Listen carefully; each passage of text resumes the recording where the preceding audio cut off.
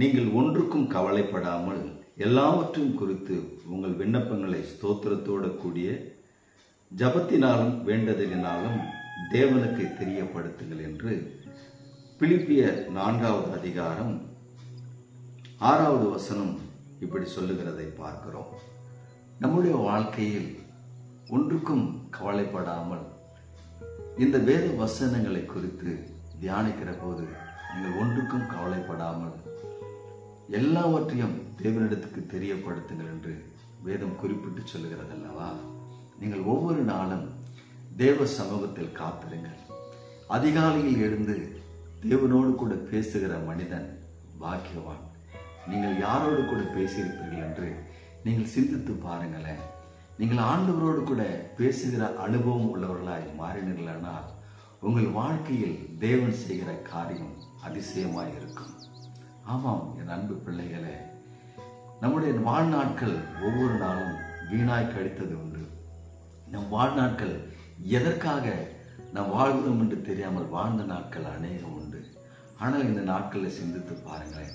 இன்னைக்கு பெரிய பெரிய பேச்சாளர்களை பார்க்கிறோம், பெரிய பெரிய ஊழியக்காரர்கள், பெரிய பெரிய சினிமா நடிகர்கள், பெரிய வளர்ந்த மனிதர்களை பார்க்கிறோம். அவர்களை பார்க்கிற போது நம்முடைய வாழ்க்கையில் ஒரு விரக்தி ஏற்படுகிறது. என் வாழ்க்கை இவ்வளவுதான், நான் இனிமே வாழ்ந்து ஒரு பிரயோஜனமும் கிடையாது. ஏதோ நம்முடைய பொருட்கள் எல்லாம் அவர்கள் கொள்ளையடித்தது போலவே நாம் நினைக்கிறோம். அப்படி அல்ல. வேதம் இங்கு குறிப்பிட்டு சொல்கிறது, உன் கை செய்யும் வேலையெல்லாம் உன் தேவனாகி கர்த்தர் உன்னை ஆசீர்வதிப்பார் என்று. இன்றைக்கு நம்முடைய கையின் பலனை நாம் எப்படி அதை பயன்படுத்துகிறோம் பார்த்தீர்களானால் இன்றைக்கு வேர்ந்து போவீர்கள். சில பேர் நல்ல வேலை பார்ப்பார்கள், அதில் பாதி பணத்துக்கு மேல் கொண்டு வந்து குடித்து அழித்து விடுவார்கள். அந்த பணத்தை சேமித்து வைப்பதற்கோ அதை சரியாக பயன்படுத்துவதற்கோ ஞானம் இருக்காது. அவருடைய காரியம் எல்லாம் இன்றைக்கு இந்த நேரத்திற்கான சந்தோஷத்திற்காக அதை பயன்படுத்தி வீணாய் பயன்படுத்தி விடுவார்கள். ஆனால் வேதம் அப்படி சொல்லவில்லை. நீ உடைத்த பணத்திற்கேற்ற ஒரு மதிப்பை நீர் கொடுக்க வேண்டும். அதை எப்படி பயன்படுத்த வேண்டும் என்ற ஒரு ஞானம் வேண்டும். இந்த ஞானம் இல்லாமல் அதை பயன்படுத்தி விட்டு இன்னைக்கு பிற மனிதர்களை குறித்து பொறாமைப்படுவதோ எரிச்சல் அடைவதோ என்ன நியாயம் இருக்கு? ஆனால் இப்பேற்பட்ட காரியத்தை தான் வேதம் ஒவ்வொரு நாளும் உங்களுக்கு சொல்லிக் கொடுக்கிறது. நீங்கள் சம்பாதித்தும் அது வீணா செலவழித்திராதபடிக்கு இந்த சம்பாதனைகளை கொண்டு வந்து சேமித்து சேமித்து சேமித்து அது நன்மைக்கு ஏதுவாய் மாற்றப்பட வேண்டும். ஏனென்றால் வேதம் அதுதான் குறிப்பிட்டு சொல்கிறது.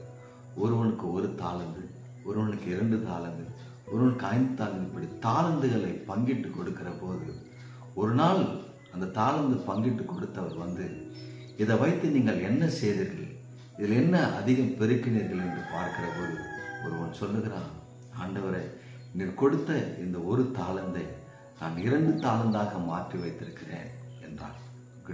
நல்ல ஒரு மனிதன் என்று அவர் அவனை பாராட்டுகிறார். இன்னொரு மனிதன் சொல்லுகிறான், ஆண்டவர், நீ கொடுத்த 5 தாலந்தை நான் 10ஆய் மாற்றி வைத்திருக்கிறேன் என்று சொன்னான். மிகுந்த சந்தோஷம் ஆண்டவருக்கு. பரவாயில்லையே. ஆனால் இன்னொரு மனிதன் சொல்லுகிறான், ஆண்டவரை, நீ கொடுத்த அந்த தாளந்தை நான் அப்படியே மண்ணில் போட்டு புதைத்து அப்படியே திரும்ப வைத்திருக்கிறேன். நீ கொடுத்த அந்த 1 தாளந்தை நான் 1 தாளந்தாக வைத்திருக்கிறேன் என்று சொன்னான்.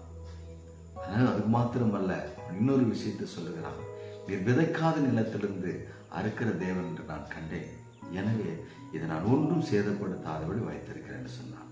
அதல்ல, விதைக்காத நிலத்திலிருந்து அறுக்கிறவரும் இல்லாத இடத்திலிருந்து கொடுக்கிறவரும் தேவன். ஆனால் உனக்கு கொடுத்த ஞானம் என்ன? இந்த தாளந்துகளை பெருக்கிக் கொள்ள வேண்டும் என்று சொல்லி தேவன் விரும்பி கொடுத்த காரியம். ஆனால் மனிதன் இதன் மேல் ஒரு சிந்தனை இல்லாதபடி, ஞானம் இல்லாதபடி, மூட நம்பிக்கை உள்ளவனாக, அவன் முற்போக்கு சிந்தனை இல்லாதபடி இந்த தாளந்துகளை புதைத்து வைத்தவனை போல நாம் இராதபடிக்கு அது பெருக, அதனுடைய விளைச்சலை பெருக ஆண்டவன் கொடுத்த ஞானத்தை பயன்படுத்துவோம். இந்த நாட்களில் இந்த சத்தியத்தை கேட்கிற உங்களுக்கு தேவன் கொடுக்கிற வார்த்தையானது, இந்த பூமியில் வந்தோம், ஏதோ பிறப்பது ஒரு சம்பவமாக இருக்கலாம், ஆனால் மரிப்பது ஒரு சரித்திரமாக இருக்க வேண்டும். இந்த சரித்திரத்தை தேடுங்கள். இந்த சரித்திரம் எங்கே இருக்கும்? எப்படி சரித்திரம் செய்ய போகிறோம்? நம்முடைய வாழ்க்கையில் மரிப்பதற்காக மட்டும்தான் பிறந்தோமா?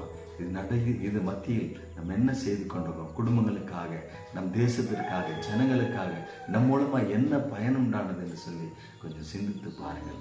ஆண்டவராகிய இயேசு கிறிஸ்து 3.5 வருடம் ஊழியம், 33 வருடம் அவருடைய ஆயுசு நாட்கள் இருந்தால் 3 வருட ஊழியத்தில் அவருடைய ஒரு தேசத்தையே, ஒரு தேசம், இந்த உலகத்தையே ரட்சிப்புக்குள்ளாக நடத்தும்படியாக அவர் பிரதான கிருபை பெற்று வந்தார். அது மாத்திரமல்ல, அவர் எல்லா ஜனங்களுடைய பாவங்களுக்காக நீங்கள் எங்கே போய் பரிகாரம் தேடுவீர்கள், எங்கே போய் அடிக்கப்படுவீர்கள், ஆனால் அப்படி அல்ல, உங்களுக்காக நானே பலியாக்கப்படுவேன். தன் பிதா தன் குமாரனை அழைத்து பலியாக்கப்பட்டதை நீங்கள் உணர்ந்திருப்பீர்கள்.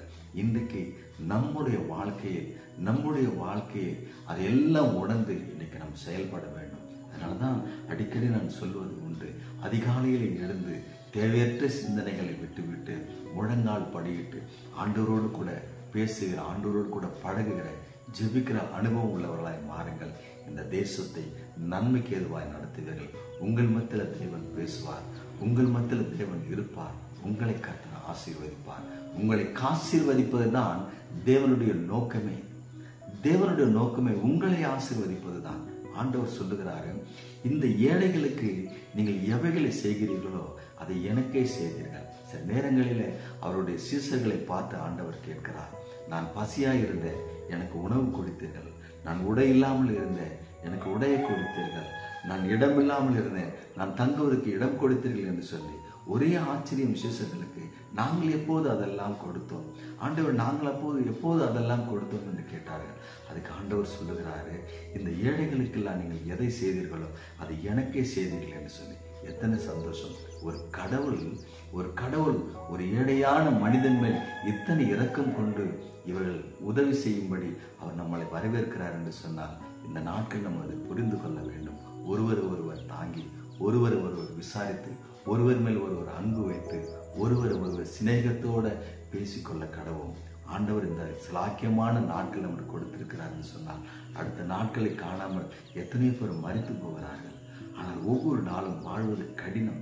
ஒவ்வொரு நாளும் மரணத்தோடு கூட போராடி கொண்டு வாழ்ந்து கொண்டிருக்கிறார்கள். இந்த நாட்கள் நாம் பார்க்கிற போது நிற்பதும் நிர்மூலமாகாதிருப்பதும் கர்த்தருடைய கிருபை அல்லவா? அந்த ஆண்டவர் சமூகத்தில் அதிகாலையில் எழும்பி உட்கார்ந்து ஜெபியுங்கள். கர்த்தர் உங்களை ஆசீர்வதிப்பாராக. God bless you. ஆமென்.